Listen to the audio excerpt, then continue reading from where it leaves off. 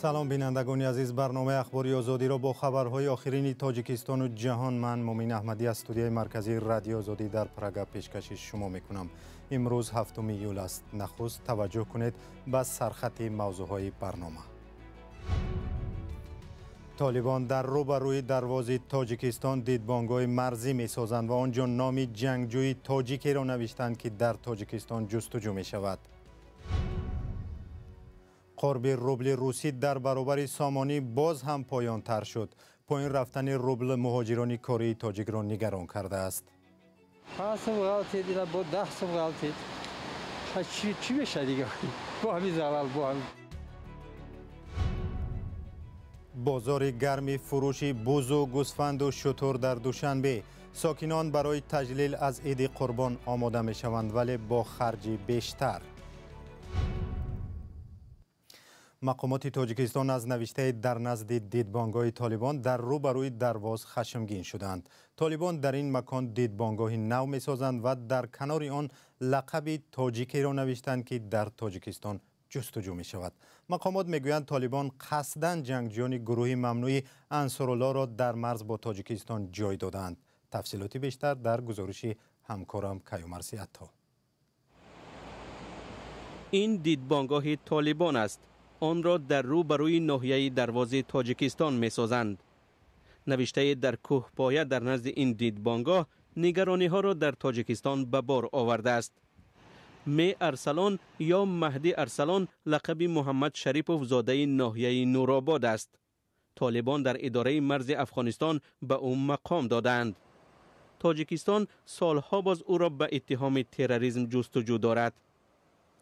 مقامات تاجیک میگن به مثل مهدی ارسلان بیش از 200 شهروند تاجیکستان در صف طالبان هستند.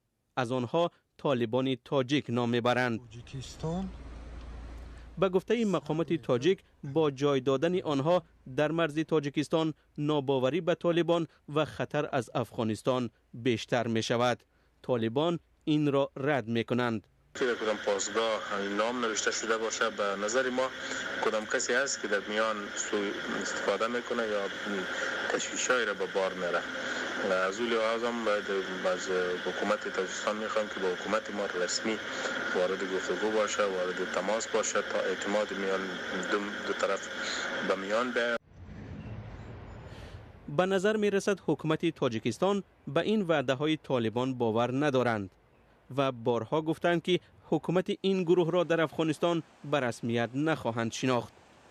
کارشناسان به این نظرند که طالبان اویغورهای زیر پیگرد چین، ازبک‌های عضو حرکت اسلامی ازبکستان و تاجیکان عضو سازمان ممنوع انصارالله را به خاطر فشار به این کشورها نگه می‌دارند.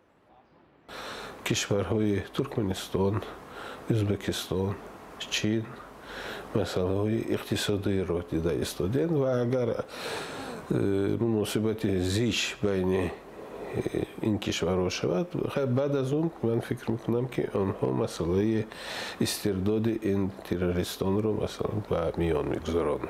آنها بازپس نمیکردن آنها رو تا آنکه بین تاجیکستان و افغانستان حالا آنها امارات میگویند مناسبت خوب شود.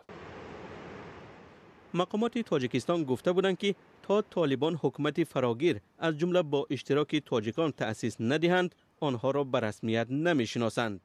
از سوی حرکت طالبان اجرا نگردیدن وعده‌های قبلیشان عاید به تشکیل حکومت فراگیر همه‌شمول با اشتراک وسیع نیروهای سیاسی و قومی افغانستان باعث نگرانی جدی گردیده است.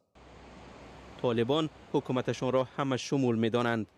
جابجا کردن تاجیکان تحت پیگر در مرز با تاجیکستان ظاهراً اختلاف نظر میان دوشنبه و طالبان را عادی کردنی نیست. برنامه را ادامه می‌دهیم. در تاجیکستان دوباره ارزش روبل روسی در برابر سامانی پایین رفت. قرب روبل برای اکثر ساکنان تاجیکستان یک موضوع مهم است و اکثریت پیوسته پایین و بالاروی قرب روبل را میسنجند چون نزدیکانشون از روسیه اساساً پول روسی میفرستند و بانک‌های تاجیکستان در عوض با آنها سامانی میدهند. شهلوی عبدالله درباره سبب و پیامدهای پایین‌روی قبر روبل گزارش می‌دهد. یک موی افزایش نظررس قرب روبل روسی در برابر سامانی، ارزش آن در بانک‌های تاجیکستان دیگرباره پایین رفت. دلاری آمریکایی که ارزشش به طور نظررس کاهش یافت، طی 2 روز اخیر باز به قرب پیشترش برمیگردد. این دیگرگونی را پیش از همه ساکنانی که نزدیکانشان در مهاجرتند احساس کردند. 5 صبح غلطی دیدم با 10 صبح غلطی. چی بشه دیگه؟ با همین زلال با هم. روبل روسی 3 روز پیش 177 176 بود. جمهوری ما مقصد بسیارش خانه‌هاشون از هر یک خانه 2-3 نفر در روسیه زندگی رو با مبلغ روسی مقصد پیش میبرند. وقتی ارزان شود در بازار قیمت میفهموید که چگونه تاثیر میرسونه. ساکنان در تاجیکستان همیشه به بالا و پایین شدن قرب روبل و دلار توجه دارند. هر دیگرگونی در بازار اسعار روبل و دلار به زندگی خانواده‌ها بی تاثیر نمیماند. با پس شده اکنون نمیدونم که این خلق چیکار میکرده باشد. بعد حمله روسیه به اوکراین و تحریم‌های کشورهای غربی علیه مسکو در بازار اسعار پیوسته تغییرات به میان میآید. برخی کارشناسان چنین تغییرات را بیشتر به عامل‌های بیرونی ربط می‌دهند. البته وضع سیاسی به بازار اسعار نیز و بیرژه فوندی نیز تاثیر خود را می‌گذارد، چون که امروز اکثر کشورهای اروپایی تحریم‌ها را نسبت روسیه اعلام نمودند. با وجود این حکومت فدراسیون روسیه کوشش نموده است که به همین تحریم‌ها و رقابتی که امروز هست تاب بیارد، ولی هنوز هم مشاهده می شود و من فکر میکنم که در آینده هم نیز تاثیر منفی دیگر مملکت‌ها وقتی به روسیه میرسد و تاثیر آن به ما نیز میرسد. در گذشته وقتی روبل روسی یکباره بالا و دلار پایین رفت، بعضی تحلیلگران پیش بینی می‌کردند که چنین وضع موقتی است و ارزش روبل دیگرباره پایین، دلار بالا خواهد رفت. نمایندگان بانک‌ها نمی‌خواهند این موضوع را رسما شرح دهند، ولی در صحبت‌های بدون ثبت آنها نیز تغییرات را به جنگ روسیه با اوکراین ربط دادند. همکارم علیشیر ظریفی و شهلوی عبدالله گزارش دادند. ادامه برنامه. عزت امان حامی زندانی مهاجران را در محبس یکم سویتسکی در دوشنبه جای کردند. او هنگام تحقیق پرونده دومش چند ماه اخیر در بازداشتگاه موقتی بود. اشوربیبی خاله و مادر عزت امان روز 7 ایول بر رادیو آزادی گفت پسرش را آخری هفته گذشته در بازداشتگاه موقتی دید و روحیش خوب بود. عزت امان سال 2021 دستگیر و بر اساس 2 پرونده با گناه قلابی به 15 سال زندان محکوم شد. عزت امان رئیس پیشین سازمان مرکزی تاجیکان در مسکو را به فریب دادن چند نفر و تقلبکاری گناهکار میکنند. جانبدارانش میگویند مقامات از او برای تنقیدهایش از حکومت تاجیکستان از این راه نقار گرفتند.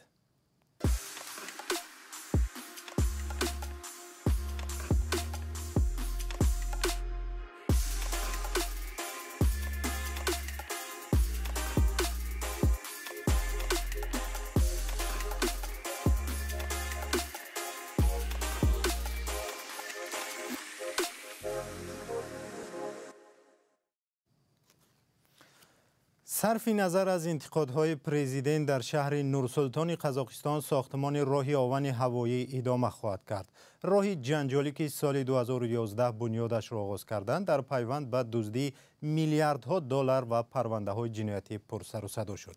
ولی تا حال منصبداران از این راه رو نگرداندند و برای ادامه ساختمان 0.5 میلیارد دلار طلب میکنند. تفصیلات در گزارشی از زرنگیزی نوروزشاه. بیش از 10 سال است این ستون‌های بتونی کوچه‌های شهر نورسلطان را آرام می‌دهند. راهی وعدگی مقامات را مردم با همین ندیدند. سال 2020 کمیته محاسبات قزاقستان طرح را زیان‌آور نامیده بود.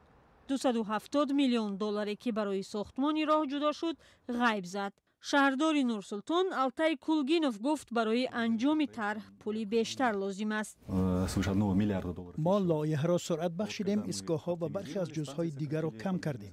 برای انجام آن به ما 577 میلیون دلار در کار است. خراجات تقریبا 2 برابر کم شد. муттаҳамони аслӣ дар парвандаи пурсару садо Қанат Султонбеков, муовини собиқи шаҳрдор ва Талгат Ардан, раиси пешини ширкати Астана ЛРТ аст. онҳо дар ҷустуҷӯи байналмилалӣ қарор доранд. қарор буд тобистони соли гузашта сохтмон дубора оғоз шавад. Президенти Қазоқистон лоиҳаро танқид кард. аз як тарҳи оддии зерсохторӣ он ба як мушкили ҷиддӣ табдил ёфтааст ки ба обрӯи кишвар латма мезанад. маблағҳои зиёде барои он харҷ шуд. қарзҳои калон ҷалб карда шуданд. қарордод ва ӯҳдадориҳои зиёде дар назди шарикони хориҷӣ қабул карда шуданд. лоиҳа аз аввал хато буд. аз он бӯи фасод меомад. мардум сутунҳои бетониро муҷассамаи фасод дар Қазоқистон ном гузоштаанд. пешниҳодҳое ҳам буд ки чанде аз ин сутунҳо бо нишони ёдоварӣ аз ҳирсу пулпарастии мансабдорон нигаҳ дошта шаванд. роҳи оҳан дар кор нест. ин пулҳо ба куҷо мераванд? албатта ба киса як ё ду нафар. ин ҳам ба мисли дигарҳояш мешавад. сокинони пойтахт дигар умедашонро аз ин роҳ кандаанд. барои сохтмон бо доллар қарз гирифтаанд ки онро бояд мардуми Қазоқистон баргардонанд. чанд сол пеш фаъоли маданӣ Рустам Жемпеисов таҳқиқоте анҷом дода ба ин хулоса омад ки лоиҳа зиёновар аст ва пулҳо барҳадар мераванд. ман муҳлати ҳадди аксарро ҳисоб кардам. инро ҳам изофа кардам ки барои мисол 50-60 ҳазор нафар ҳар рӯз ба ин тарафу он тараф равво кунанд, ки албатта ин барои ҳама дастрас нест ва натиҷа ин шуд ки пули як сафар ба 1100 танга баробар мешавад. муаллифони лоиҳа аввал ин муҳосибаро рад мекарданд, вале баъдан қабул карданд. онҳо гуфтанд барои рӯйпӯш кардани хароҷот, нигаҳдории роҳи оҳан ва баргардонидани қарз аз ҳукумат пул мепурсанд. ба ин тартиб қазоқистониҳо маҷбуранд чоҳи беохирро боз ҳам аз ҷайби худ пур кунанд. барномаро бо гузориши аз Тоҷикистон идома медиҳем. дар ростои иди қурбон дар Тоҷикистон дар баробари чорваҳои дигар барои қурбонӣ шутур ҳам мехаранд. дар молбозорҳои кишвар солҳои ахир ҳамроҳ бо чорваҳои хурд шутурро ҳам ба фурӯш мегузоранд. албатта нархи он чанд баробар бештар аз арзиши чорваҳои дигар аст. ҳамкорони мо Барод Юсуфӣ ва Искандари Фирӯз гузориш медиҳанд. бозори чорпо дар остонаи иди қурбон гарм аст. чорвопарварон аз гӯшаҳои гуногуни кишвар моли худро ба ин ҷо оварданд. харидорон метавонанд аз ин ҷо буз, гӯсфанд, гов ва ҳатто уштури қурбонӣ пайдо кунанд. фурӯшандагон мегӯянд нархҳо назар ба соли гузашта боло нарафтаанд.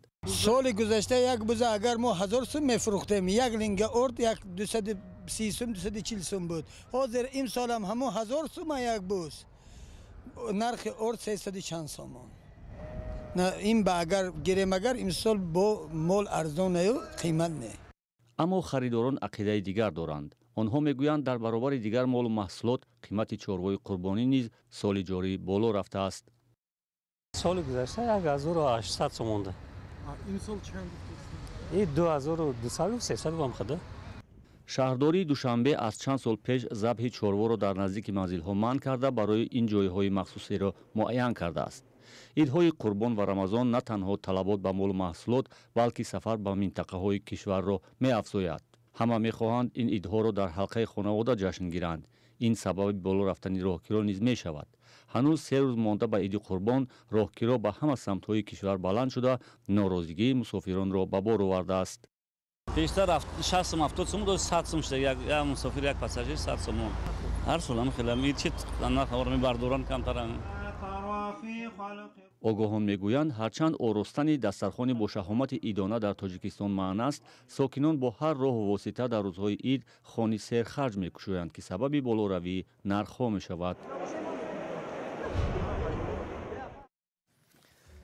ахбори озодӣ ба поён расид. мақолаҳои хонданӣ ва навору аксҳои дидании бештарро дар вебсайти озодӣ.орг ва саҳифаҳои радиои озодӣ дар фейсбук, инстаграм, телеграму твиттер пайдо кунед.